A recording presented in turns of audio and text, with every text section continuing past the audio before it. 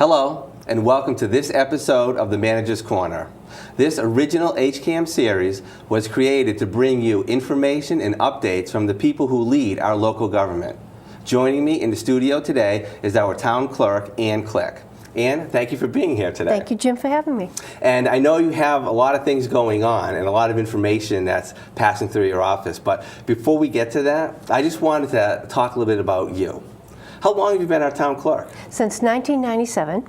Okay, 97. And was that your first position in town government, or? Actually, I worked in the building department a few years ahead of that time frame, but definitely. And then I did some part-time things for the previous town clerk. I see.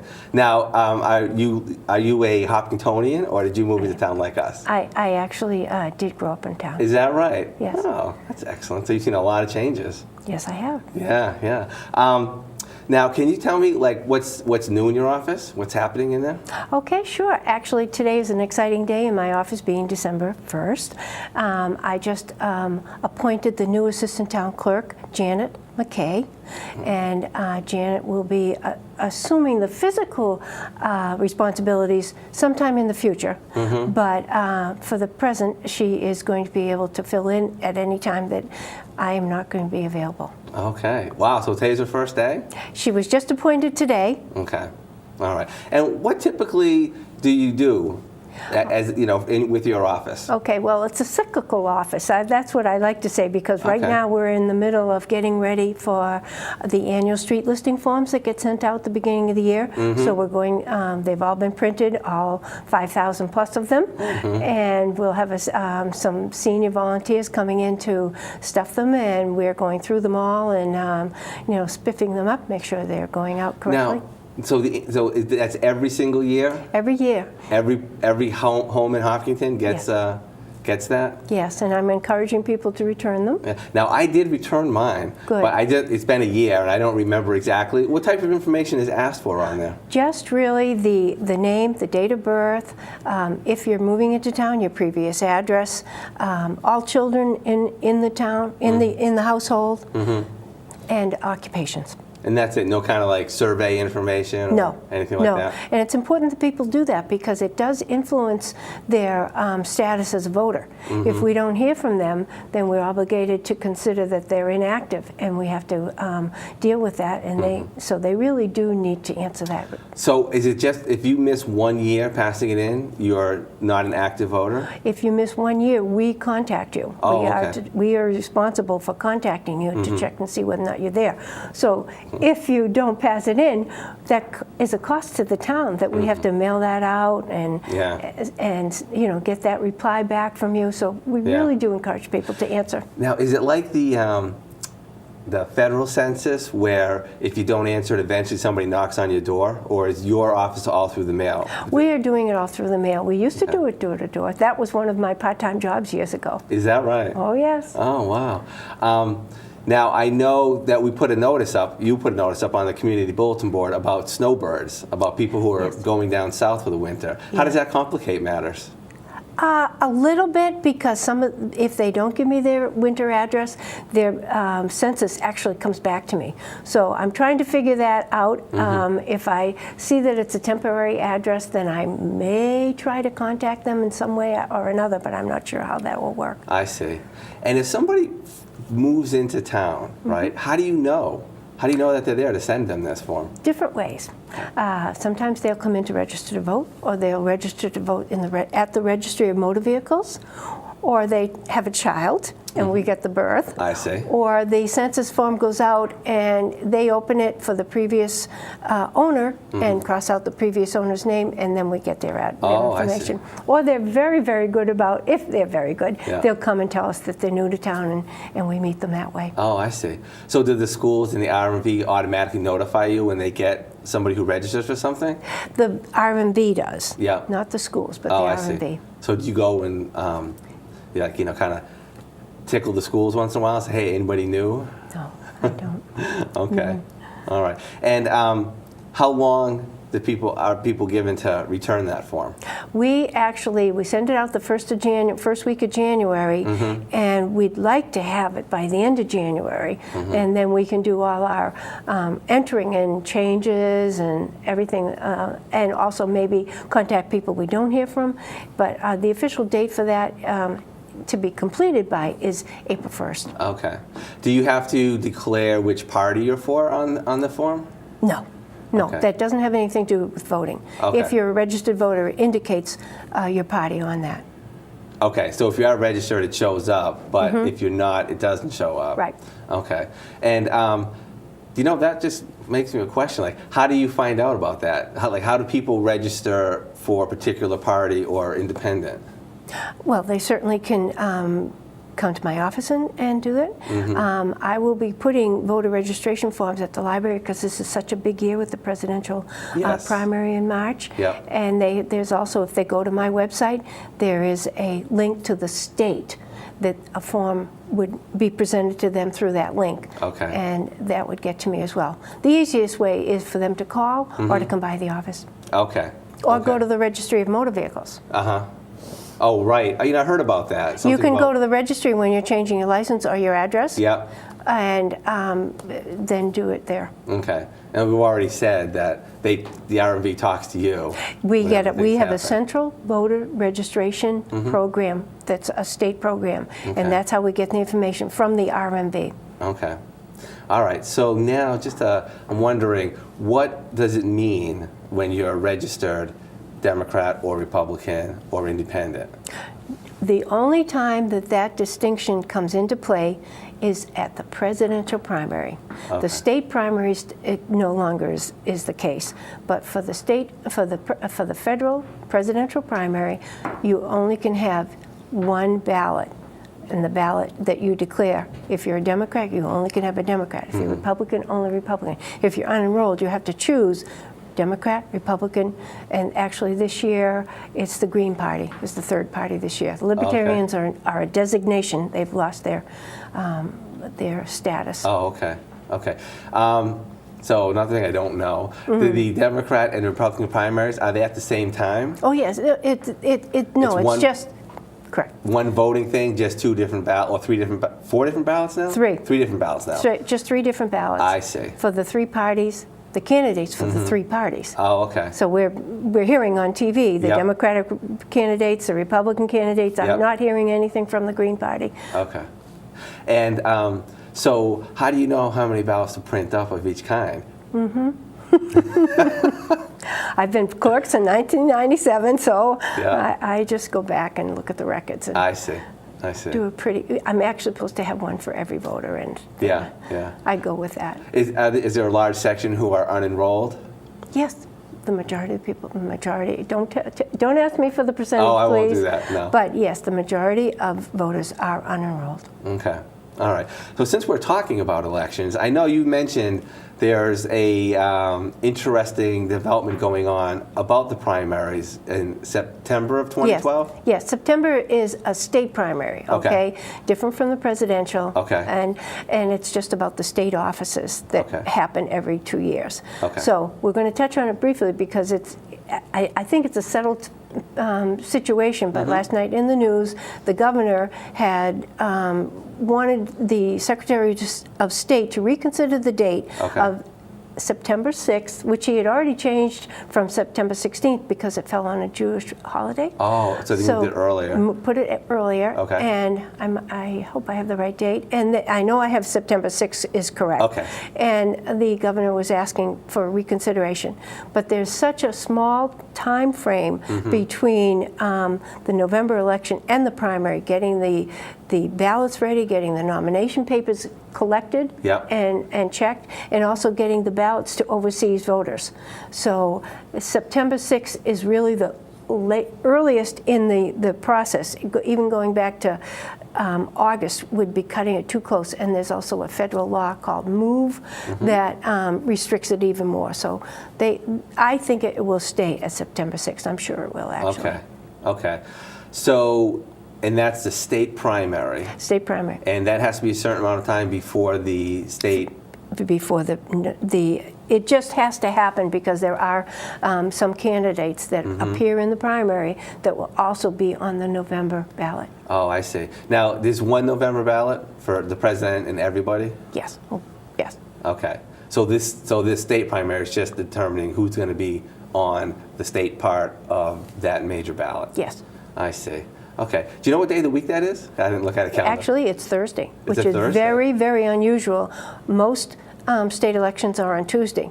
So we're going to be talking a little bit more about this. I'm sure you and I will be talking again about it because Yeah. I want people to be well aware of it. Yeah. And we're actually going to be moving the position of it, the location of it. Okay. I've just contacted the senior center and they've been very accommodating. We're going to have that particular election this year at the senior center because the school is would have just opened on the 4th. So having an election on the 6th would just be, too tough on the school. So we're going to be moving it to the senior center. Has that ever been done before? As far as I've ever known, we've always had elections at the middle school. Right. Is this the first time that? Wow. Oh, So wow. That's you really and I will neat. be really talking a lot, I think, about it. Yeah. Because we want everyone to be aware of what's going on. Right. Oh, wow. That's really exciting stuff. Yeah. So, also, if you're not there, right, and you can get an absentee ballot, Yes. and is there a special process for that? Or Yes, how there are is it- absentee ballot applications on my site Okay. that people can download. And there are other, if people are overseas, there are other procedures as well. So if anyone wants one, they can call my office, but they can or a family member or the voter himself can Okay. go to my site and download the applications. Okay. Now, you mentioned that if you are unenrolled, you can pick one of two ballots? You have to. Okay. If you're going to ask for an absentee ballot for the primary in March, Yep. I need to know which ballot you want if you are an If unenrolled you're voter. unenrolled. What happens if somebody neglects to do that? I have to contact them. You have to contact them, or else they don't get one. Okay, that's pretty important stuff. All right, so yeah, it's going to be a pretty exciting year. Yes. For all that stuff going Yes, on. yes. Do you? So I mean, September 6th, you're already looking way far out there. Oh, yeah. Is the election calendar already for our stuff already all set? We have town elections too, right? That's Yep. already set. It's always the third Tuesday in May. Oh, now see, I didn't know that. I mean, third Monday in May. Oh. Our town meeting is always the first Monday in May. Oh, okay. Oh, I didn't know that. That's so interesting. I mean, like I know, I hear when they come around, but I didn't know it was an actual set date like that. Now, and you had mentioned that typically our elections are on Tuesdays. And this State one- elections. State elections. And this one is looking like it's going to be on Thursday.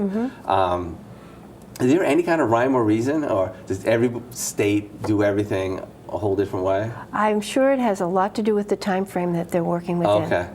All right, they probably have individual crazy laws. Yeah, and they're just trying to get right down to the razor edge of what is the least, or the best date, Yeah. I should say, Okay. for this change. All right, well, we got a lot more to talk about here Okay. too, but we have to take a quick break. So I hope you stay tuned for the next half of the Manager's Corner. This is HCAM Insights. Did you know that your community television station's website, HCAM-TV, has a feature on its homepage called the Slideshow? These photographs are taken by community members and sent in to be shared with the rest of our viewers. So I suggest you visit our website, HCAM.TV, and see what's been happening around town. And if you're interested, you can also click the button and send us your photograph. Okay, welcome back to the Manager's Corner. I'm your host, Jim Cousins, and talking with me today is our town clerk, Ann Clerk. And we were just talking about all the elections and the interesting stuff that's going on this year. But I also know that something else has changed. You had mentioned something about fish and game licenses. Yes. What's the story with that? Yes. The Fish and Game Department decided to go to online licenses. So there are a couple of ways people can do that. They can go on to a site that we have and on their home computer and apply and print out their license using a charge card. They can come to my office and I will be printing it also, Okay. but they can come to my office and do it that way. Or all Walmarts and all Dick's Sporting Goods stores, they can go there and get them. So, or one of the suggestions was go to the library and use the library's computers, but if you have a home computer, there's a site for you. Come to the clerk's office, go to the Walmart or the Dick's, or there's actually a Fish and Game in Westboro. Oh, I wonder why, what the motivation was to change the way things were. Big savings. It's like a vendor that's taking care of this whole process now. Oh. And so the state will not have to be responsible for the paper of all those licensed books that we always have had in the past. That will all go away. Even the stamps, the nice little stamps that everybody really enjoys, those are going away as well. Yeah. So it's all, I think, about trying to save some funds. Oh, I see. Okay. So another thing I wanted to ask you about, whenever I go to town hall and I go by, there's the big vault door that's in your place. What's in there?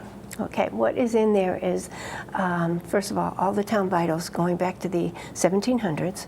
We have some lovely, lovely books that have been restored with CPC money. I'm so grateful for that. And then we have decisions. Can I just interrupt you to ask you, Please. What's town vitals? What does that mean? Town vitals would be marriage, births, and deaths. Okay. That's what vitals are. Okay. Town meetings. We have the town meetings going back to the 1700s. Really? It must be all handwritten, huh? They are. Are they hard to read? Yes. Yes. Crazy language? It's that script, that beautiful script. And so that's in there. Then we have decisions from the Planning Board and the Zoning Board of Appeals. We have our voting equipment is held in that for safekeeping. Oh. And a lot of historical records that I've accumulated over the years. We have all the town reports in there. We keep them nice and dry and safe in there. Yeah, yeah.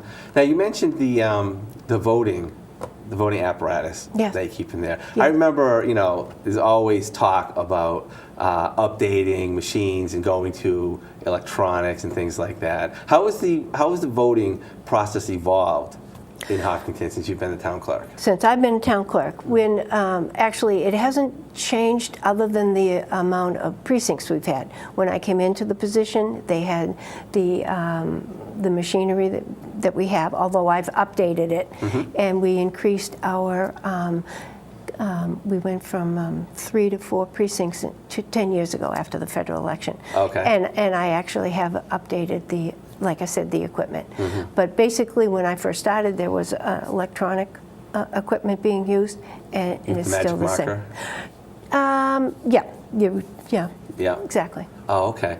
So what tripped off going from 3 precincts to 4? Is that the federal census. Okay. In 2000. In 2000, okay. And the increase in our population. So who is it a law that Yes. once you reach a certain amount, you got to split it like that? Yes, when a precinct becomes close to or over 4,000, then you have to split off. So that's what happened. So we went from 3 to 4 in 2000. Was it contentious, like you often see when they realign the state districts? No, it wasn't contentious, but it was a lot of work for the office because we had to. But we had help from the state as well. So you have to do you have to make them all like the same number of people? Yes, and I'm glad you brought that up because we've just finished the 2010 federal census, and the town of Hopkinton is going to stay with 4 precincts, but there is going to be a tiny bit of change in the precinct lines. We just straightened them up a little bit, made a little bit more sense, just a little bit. Yep. So that will all come out at the end of the year. There'll be notifications going out. Oh, wow. Very interesting. Now, I was just thinking as you were talking, I remember, I don't know if it's still this way, but I remember there was something about our town being aligned with, like by party lines, having Republicans and Democrats, and it had something to do with nominating candidates that got on the thing. And, we were like part of a very small minority of towns. Could you tell me about that? Yes, I'd be glad to tell you. We have in Hopkinton caucuses, the old, I shouldn't say old, but we have two strong town committees, the Democratic Town Committee and the Republican Town Committee, and they run their own caucuses prior to the annual town election to present candidates from their parties to go on to the ballot. Few towns in the state have that, but we happen to have active town committees that do still carry out that. I see. Yeah. Do you know, is it just different, or did most towns used to be traditional like that and then went away from it? Right, I'm not sure. I'm not sure about the smaller towns, but it's always been that way in Hopkinton. And it's actually a great thing for Hopkinton because those town committees actually do get people to run. In other towns, so many clerks will say, I have no one running for certain positions, you know, so it's a good thing in Hopkinton. Yeah. Yeah, and you're an elected position too, right? I am, yeah. I don't remember anybody running against you recently. Can you tell me, so births, deaths, marriages are all points of interaction with our local town clerk, and yearly for the census and getting registered for voting. Right. Are there any other things that people show up at your window for? Sure, a lot of people show up for notary work. I am a notary. Oh, okay. Yep. So Is that a they come by. requirement of your job? No, You just are one? I chose to be one. Okay. And I'm also responsible for the minutes of the annual town meeting, responsible for the bylaws when the bylaws are changed. That can be a big job. Yes. Changing the bylaws. You and I know that because we do it together. Right? Well, Right. you help me with the online updating. Yeah. Boy, I don't know how you do it. All those special symbols and the way that they, sections and subsections and stuff. It's all amazing to me. Right. And it's just the two of you, you and Janet? Yes, Janet actually has not physically started. Okay. So I have a part-time lady with me now, Kathleen Kearns, and she has been wonderful. And so she and I are doing the best job that I think we can do. Well, that's excellent. All right. So we're running short on time here. Okay. So just to quickly recap, a big change is the fish and game licenses. Yes. And in the end credits, we'll have the web address Great. of the website that you were mentioning, where people can choose to either go to you or go online and get it there. Good. We want to keep our ear out because you'll be letting us know how things fall out about the September 6th primary and confirming all that. We have some exciting updates to our precincts that you'll be disseminating in the near future. Yes. And The street listing that's going out in January. that's right. Please return them as soon as possible. all right. If you're not going to be here in March for the presidential primary, please download your absentee ballot applications, indicate what party, ballot you want if you're unenrolled, and get those back to me. Okay. All right. Well, I want to thank you very much for taking the time to come down here and give us a little update on what's happening in your office, and thank you for the work that you do for our town. Thank you, Jim. All right. I'm Jim Cousins, your host, and I thank you very much for watching this episode of the Manager's Corner, and tuning in next time when we'll talk to another person who helps to lead our town government.